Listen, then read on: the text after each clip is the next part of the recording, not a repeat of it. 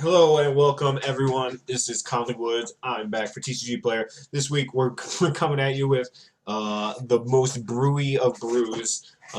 Basically on test I played 2 games with this deck and they were interesting to say the least. But I was asked by a reader to explore Lupine Prototype, and it is a sweet card. It's a new card, and I wanted to give it a shot. So for anybody that doesn't know the card, let me go ahead and give you this. There are two, obviously, directions you could take this card. It doesn't require your opponent to have no cards in hand. It doesn't require you to have no cards in hand. Either one of those can be met.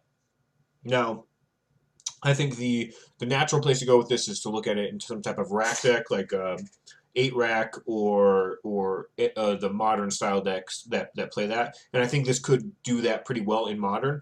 However, in standard, the cards that can actually go at the opponent and make them discard cards are not actually all that good, or they're 1-for-1, which is really hard to get an opponent empty-handed. You have like Transgress of Minds, probably the best. There's Duress, which we're using. I love Collective Brutality, but it only hits a very small subset of cards, being instants and sorceries. There's stuff like Mind Rot. There's Colligan's Command, which again hits 1 card. There's Pick the Brain, which hits 1 card. A lot of reasonable stuff that hits 1 card, and then very few good things that hit multiple cards. So instead of that, I decided to take the control, put it in my own hands, and worry about getting no cards in my own hands, so that way I can tackle this 5/5.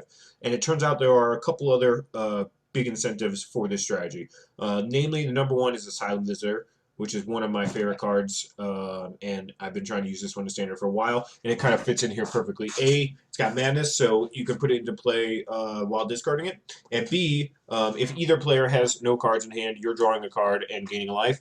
Again, we're going to be taking advantage of us having no cards in hand and doing that, but still a great card. It's also 3/1 for 2, just all around good. And then we also have Bloodhall Priest over here. Another card that if you have no cards in hand when it comes into play or attacks, you shock something, which is quite strong.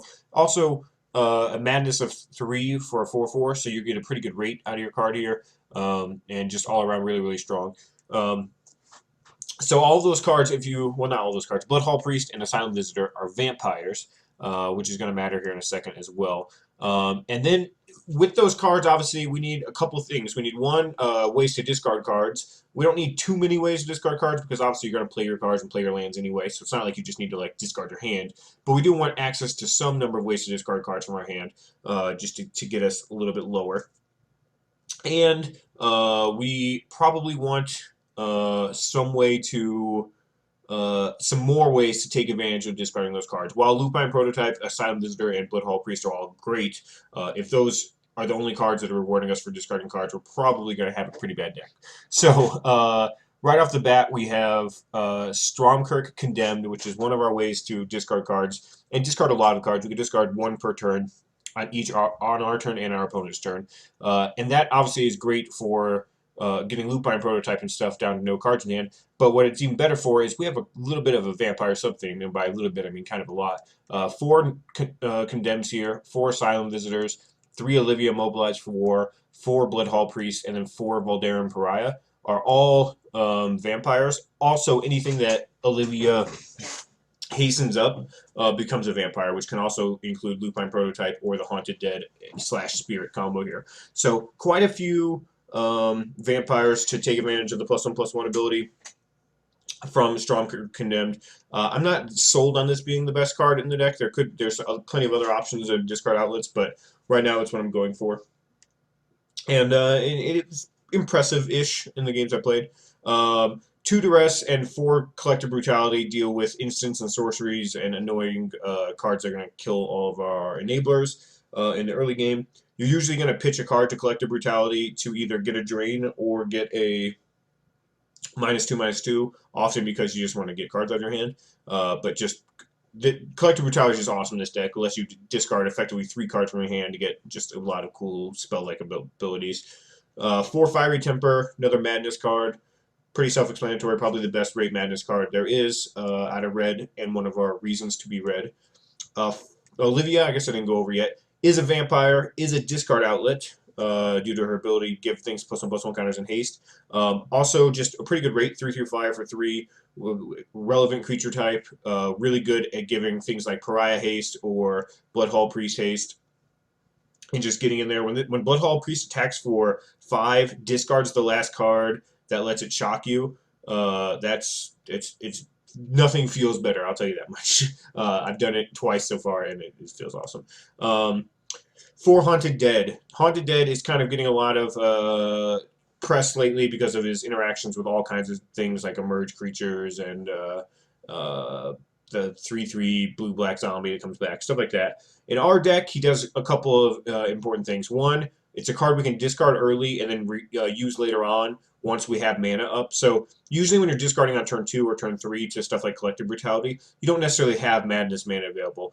So if you discard Haunted Dead as one of your cards, you can sort of cash that Madness mana in later, because you can then turn that into pay 1 into black later on in the game when you do have Madness mana available, discard 2 cards, get a Madness trigger, bring 2 creatures back, which can obviously attack, work pretty well defensively, pretty good with Olivia. That you discard 2 more cards for Olivia. So if you have a Haunted Dead in your hand and an Olivia in play, you can go from 4 cards to none for just 2 mana, which is pretty awesome in terms of getting your hand down for Lupine Prototype and stuff. Also, the 2 bodies here are especially important when you consider that we run 4 copies of Aldaran Pariah. So what you will often do is your end of your opponent's turn, you can do this almost seemingly out of nowhere. You can Haunted Dead, discard 2 cards. If you're lucky, let's say those 2 cards are like an Asylum Visitor and a Aldaran Pariah. You pay your 5 mana. So I guess this is a 7 mana play. So this is a big play that probably won't happen too often, but half of this will generally happen, and then you'll cast a Aldaran Pariah or whatever. But let's say you have 7 mana.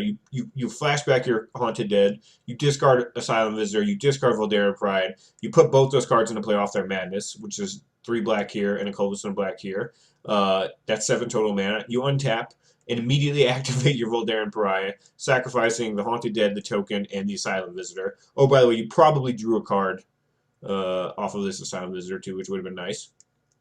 Your opponent loses all their creatures they thought they were going to win the game with.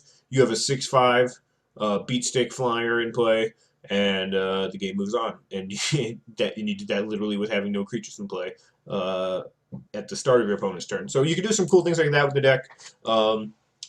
Overall, so far it's been pretty fun to play. The mana base is pretty straightforward, just a bunch of swamps, a few mountains, some 10 duels, including 2 Cinder Barons, 1 copy of Gaia Reach Sanitarium. If you draw it, nice. If you don't, whatever. It's it's fun. Maybe you can get away with more, but I think with Stromkirk Condemned and the Madness on Aldaran Pariah, Fiery Temper in the deck, stuff like that, I don't think you can get away with too many colorless lands. So just the Gaia Reach Sanitarium now. In the sideboard, we round out the Duresses for against heavy spell decks, like control decks. 3 Lightning Axes to deal with annoying larger creatures, since most of our removal in the main deck hits small guys. Fiery Temper and Collective Brutality. Only really Aldaran Pariah gets the big guys. So 3 Lightning Axes for those. 2 Call Against Commands, deal with artifacts, make our opponent discard cards, return a Pariah or an Olivia or something. Just high utility spell. I had these in the main for a while, and I swapped them out for the rest just for curve considerations, since I'm not doing anything on turn 1. But these could go back into the main deck, theoretically. 1 Absence of Judgment. I don't know why. 4 Creeping Dread. This I had in here as a card to beat Fevered Visions in that style of deck, the heavy control deck, so I have 4 copies. You don't often drain your opponent for 3 or make them lose 3 life, but I figured you will often discard nothing or a Madness creature where your opponent will not, so you get ahead that way. I'm not certain this is the best weapon for the job, especially since people do have a lot of enchantment hate running around right now for things like Demonic Dread or Demonic Pact and stuff. But yeah, I'm giving it a shot. We'll see how well it goes. And then 3 copies of Cletus. He's a vampire. I almost wanted him in the main deck, but I think Haunted Dead's too important.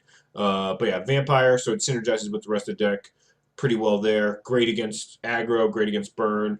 All around solid creature. Not much else to say. All right. With that is that. Pretty straightforward list. Pretty linear. We're gonna just leave it up, go run some games in the 2-mans, and see how we come out. So for TCG Player, bringing you Lupine Vampires. I'm Conley Woods. Be right back.